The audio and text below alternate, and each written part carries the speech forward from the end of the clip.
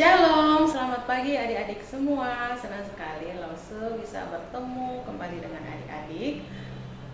Biarpun secara online, tapi kita bisa bersama-sama datang ke hadapan Tuhan, memuji Tuhan, dan belajar firman Tuhan. Mari kita berdoa terlebih dahulu. Lipat tangannya. Mari kita berdoa.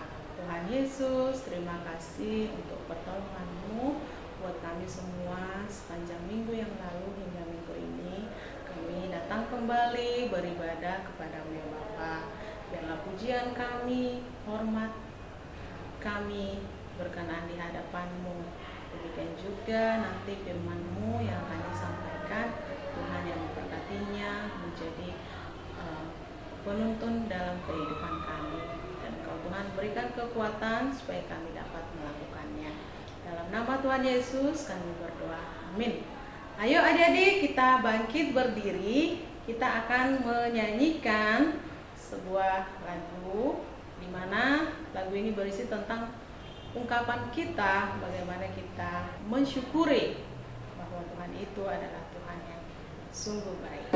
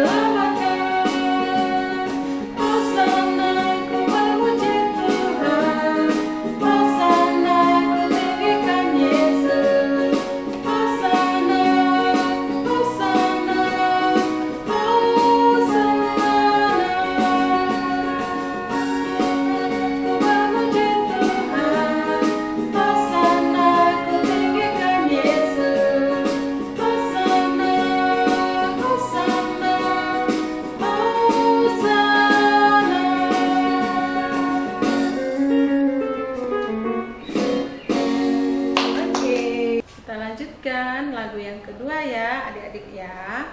Ini mungkin masih lagu baru, kita sama-sama belajar.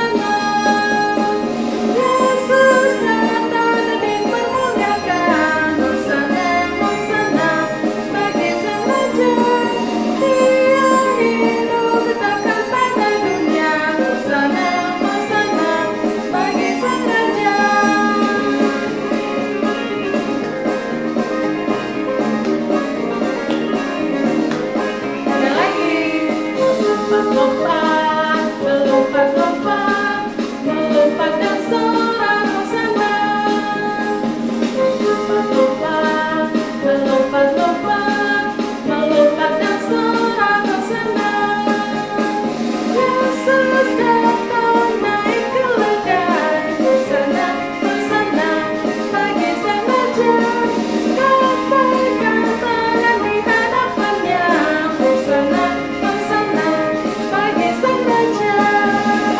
Terus datang naik keledai, Hosana, Hosana, bagi Sang Raja.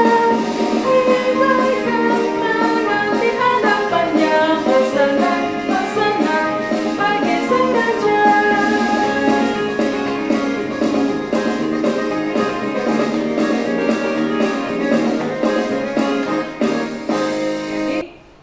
Minggu lalu, Lause Margaret telah menyampaikan bagaimana Tuhan Yesus itu seperti lagu kita tadi, dia naik keledai. Setelah Tuhan Yesus naik keledai, apa yang terjadi adik-adik? Dia disambut, dia dielulukan, dia dimuliakan, dipuji-puji oleh orang-orang yang berkumpul di situ saat itu. Dan bukan hanya itu saja, orang-orang itu memberikan seperti red carpet, ya kan adik-adik ya? Tapi bukan dengan karpet merah, tapi dengan pakaian mereka, dengan jubah mereka, dengan daun-daun palem yang ada di situ. Mereka sangat bersukacita. Orang yang bersukacita, bagaimana wajahnya? Iya, pasti berseri-seri. Orang-orang, murid-murid Tuhan Yesus yang bersama dengan Tuhan Yesus, dan juga Tuhan Yesus juga memiliki wajah yang berseri-seri. Tuhan Yesus pada saat itu akan memasuki kota Yerusalem. Ya, sebelum kita lanjut, mari kita berdoa terlebih dahulu. Tuhan Yesus, kami bersyukur untuk kesempatan kali ini. Kami akan belajar firman-Mu, Pak Lause kami akan menyampaikan, dan biarlah firman-Mu ini menjadi suluh dan tongkat kami dalam kehidupan kami ya Bapa. Dan biarlah Engkau Tuhan memberikan kami kekuatan untuk kami dapat melakukannya dalam kehidupan kami, terutama ketika kami datang kepadamu, beribadah di hadapan-Mu dalam bait-Mu. Dalam nama Tuhan Yesus kami berdoa, amin. Ya, adik-adik, Tuhan Yesus dan berserta dengan murid-muridnya saat itu akan memasuki kota Yerusalem. Ya, mereka rombongan demi rombongan pada saat itu akan memasuki kota Yerusalem. Ya, kota Yerusalem itu terletak di puncak pegunungan ya. Jadi kalau orang-orang yang mau datang ke kota Yerusalem pasti melihat, oh di sana kotanya sangat indah gitu ya. Mereka pelan-pelan akan mendaki hingga sampai mereka bisa sampai di kota Yerusalem yang berada tadi di puncak pegunungan itu ya. Nah, ada satu perayaan yang akan mereka rayakan sehingga orang-orang Israel pada saat itu mereka datang ke kota Yerusalem, mereka akan merayakan Paskah. Paskah pada saat itu mereka rayakan sebagai hari pembebasan mereka dari perbudakan orang Mesir. Nah, dan mereka juga akan beribadah dan datang ke bait Allah, dan juga mereka akan memberikan korban persembahan ya, sebagai ucapan syukur mereka kalau pada sampai saat itu mereka masih diberkati oleh Tuhan ya. Adik-adik, apa saja yang bisa dipersembahkan ya pada saat itu? Korban persembahan, korban bakaran, yaitu adalah berupa seekor binatang. Seekor binatang ini bisa dipersembahkan, apakah itu dilihat dari status ekonomi ya, status ekonomi orang-orang pada saat itu bisa mempersembahkan seekor burung merpati yang tak bercacat, seekor kambing, seekor lembu atau domba itu ya. Bagi yang sanggup dari keluarga yang mapan, mereka bisa mempersembahkan seperti seekor lembu dan lainnya. Nah, ketika Tuhan Yesus beserta murid-muridnya akan memasuki gerbang kota Yerusalem,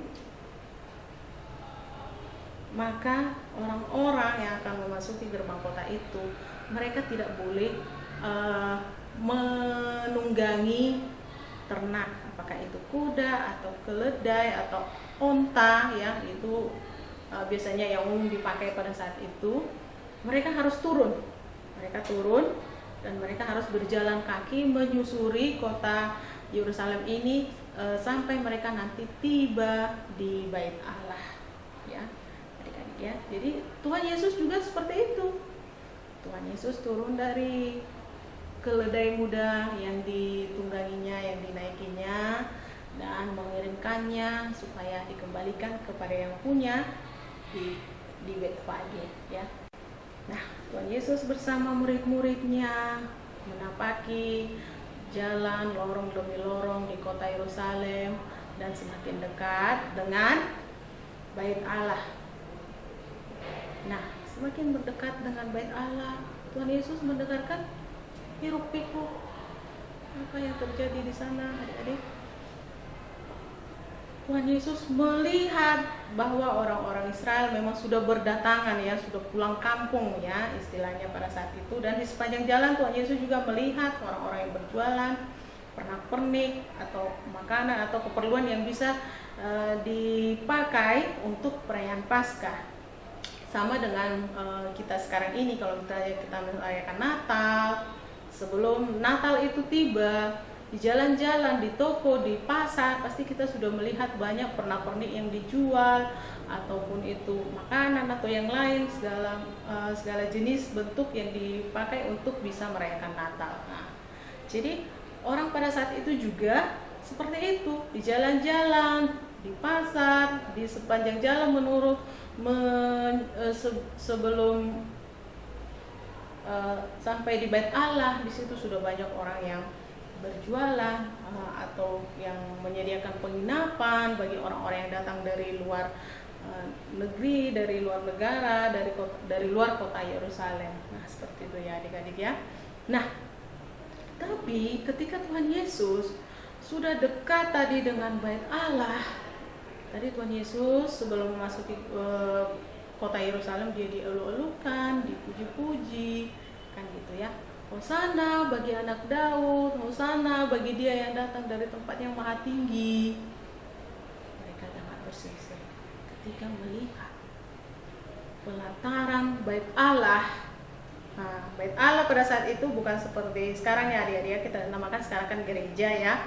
Nah, kalau pada saat itu ada aturan-aturan yang dipakai bagaimana orang bisa beribadah di Bait Allah.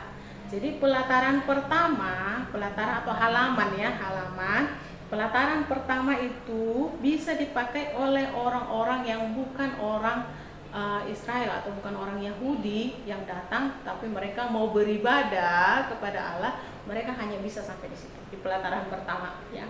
Baru yang ada lagi pelataran yang kedua agak lebih dalam lagi. Di situ yang bisa sampai di situ adalah orang-orang dari suku dari orang Israel, yaitu ibu-ibu. Nah, ini di pelataran kedua ya. Yang di pelataran kedua adalah ibu-ibu yang bisa sampai di situ. Nah, baru pelataran ketiga ya, pelataran ketiga itu yang bisa sampai di situ dan beribadah di situ adalah bapak-bapak dari kaum orang Israel ya. Nah, dan seterusnya ke Bait Allah ke dalam yang bisa memasukinya adalah imam-imam dan ahli-ahli Taurat ya. Baru ada lagi nanti ruang yang kudus ya, ruang kudus, ruang maha kudus. Nah, itu ya adik-adik ya. Nah, ketika tadi di pelataran pertama ini, ketika Tuhan Yesus sampai di situ, Tuhan Yesus melihat hiruk pikuk dan melihat banyak orang,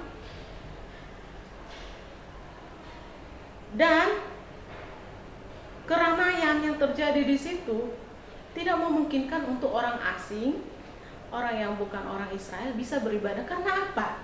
Karena tempat itu sudah dijadikan sebagai pasar. Loh, kok bisa? Nah, itulah yang terjadi.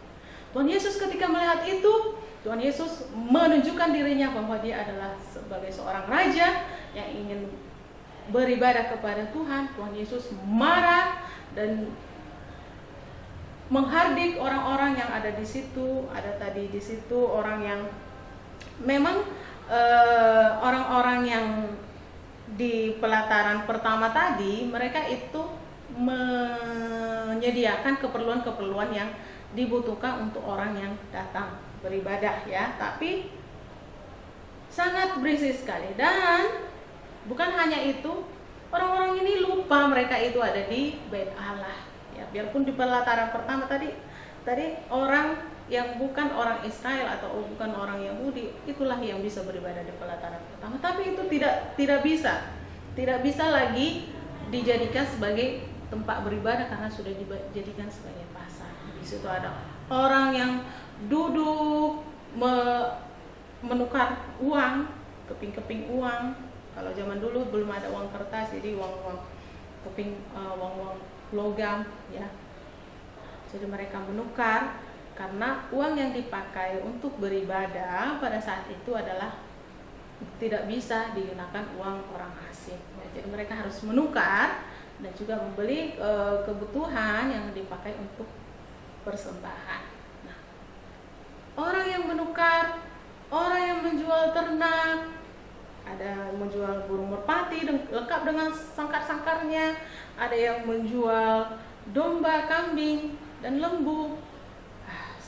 Sangat luar biasa sekali di situ, sangat ramai, sangat berisik. Dan bukan hanya itu, orang-orang itu tadi lupa mereka ada di Bait Allah. Mereka lupa kalau ada kesempatan mereka saja bisa menipu orang, misalnya dengan menukar mata uang uang asing tadi sampai ke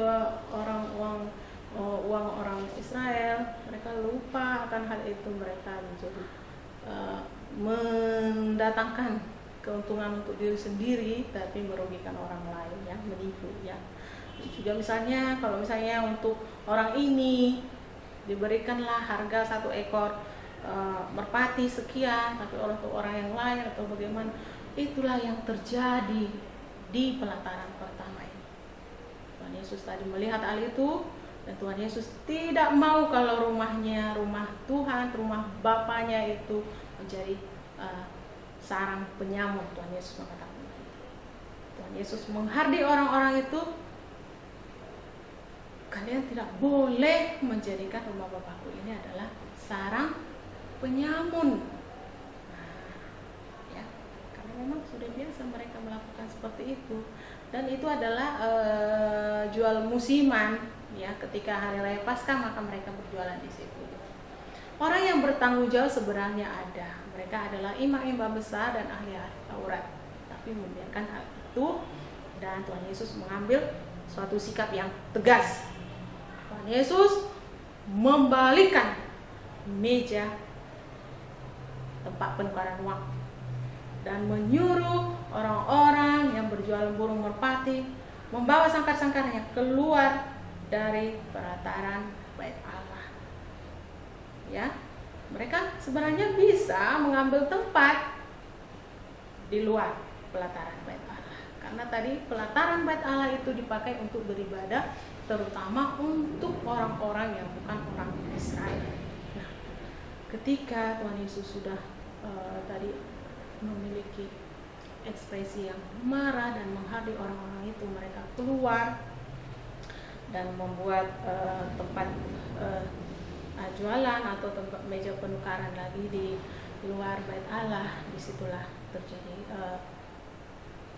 kekosongan, bukan kosong, iya, pelataran itu sudah kosong, sudah sunyi, maka memungkinkan untuk orang-orang yang datang dari luar Israel bisa beribadah. Ya. Nah, satu hal yang orang-orang itu mungkin lupa, ketika kita berada di Bait Allah, kita harus menunjukkan rasa hormat dan menghargai kepada orang-orang yang akan beribadah. Itulah yang tidak terjadi pada saat itu, makanya Tuhan Yesus marah.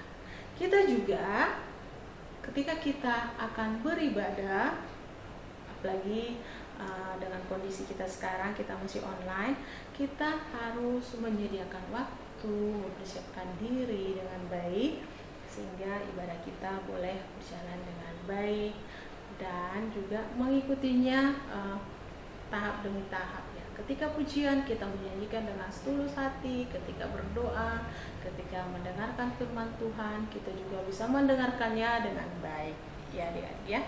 Nah, setelah tadi suasana yang tidak mengenakan seperti itu karena Tuhan Yesus marah dan mengusir yang berjualan di situ.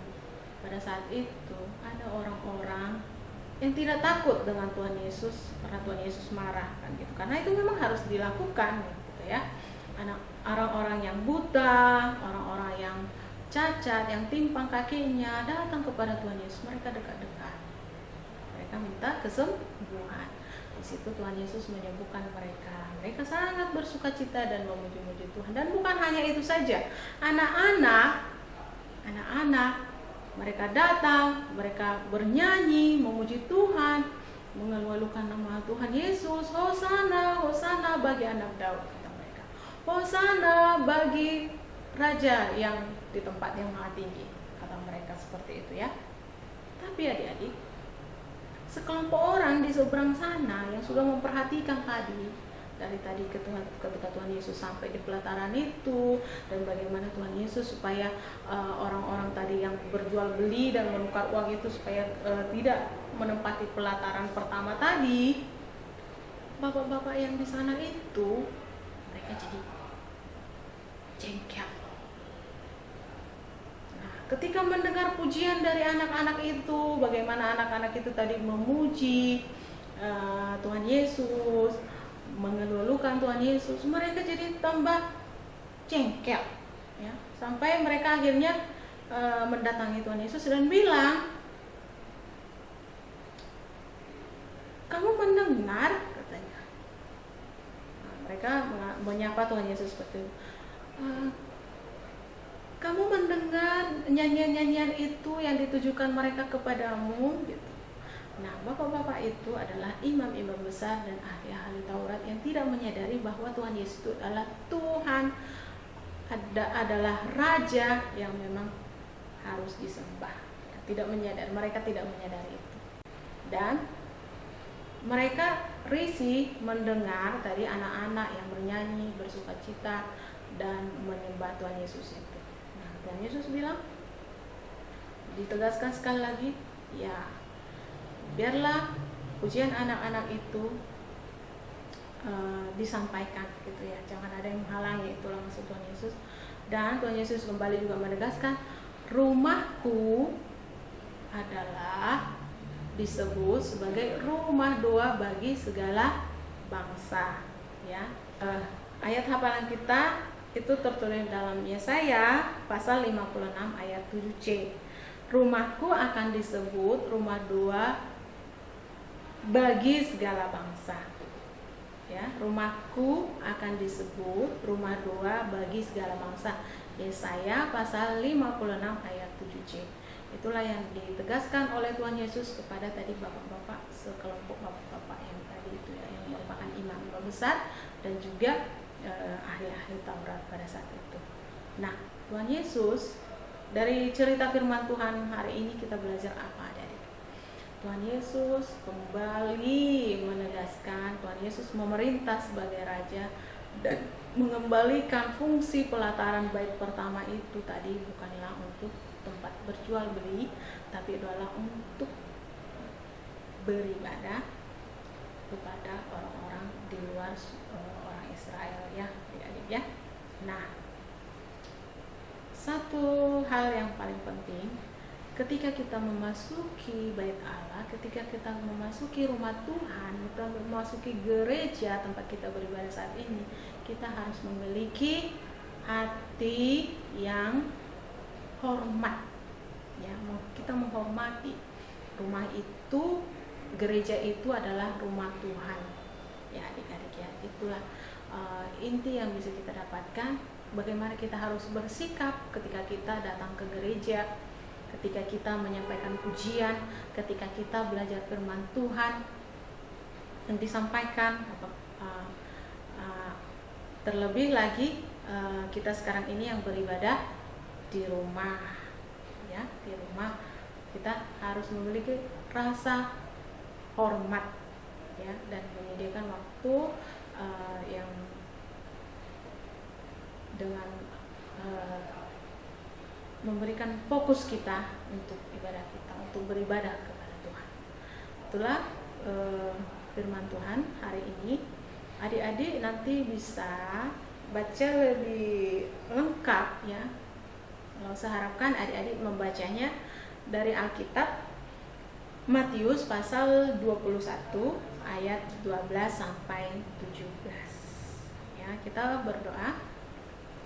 Tuhan, terima kasih untuk firman-Mu yang kami dengarkan saat ini. Ajar kami Tuhan supaya kami memiliki rasa hormat, memiliki fokus kami ketika kami datang beribadah ke hadapan-Mu, terutama di saat-saat sekarang ini yang kami beribadah di rumah. Tuhan yang menolong biarlah keadaan kami ini lebih cepat dapat teratasi ya Bapa, dan kami bisa bersama-sama kembali datang ke rumah-Mu beribadah bersama-sama dengan teman-teman, dan juga dapat bertemu dengan satu dengan yang lain dengan bertatap muka. Ampuni Tuhan Yesus dosa kami, dalam nama Tuhan Yesus kami berdoa, amin. Kita nyanyi lagi ya adik-adik ya.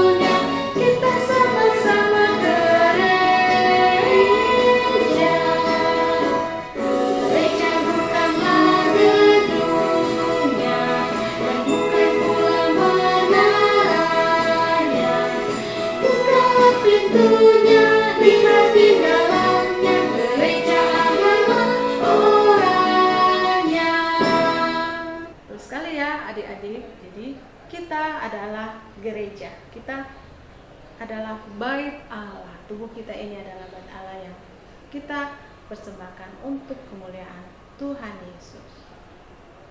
Adik-adik bisa menyampaikan persembahan, bisa juga ditransfer ataupun disampaikan langsung di gedung gereja, dan juga bisa mengumpulkannya di rumah. Nanti ada kesempatan kita ketemu bertatap muka, bisa disampaikan. Demikianlah ibadah kita, sampai jumpa.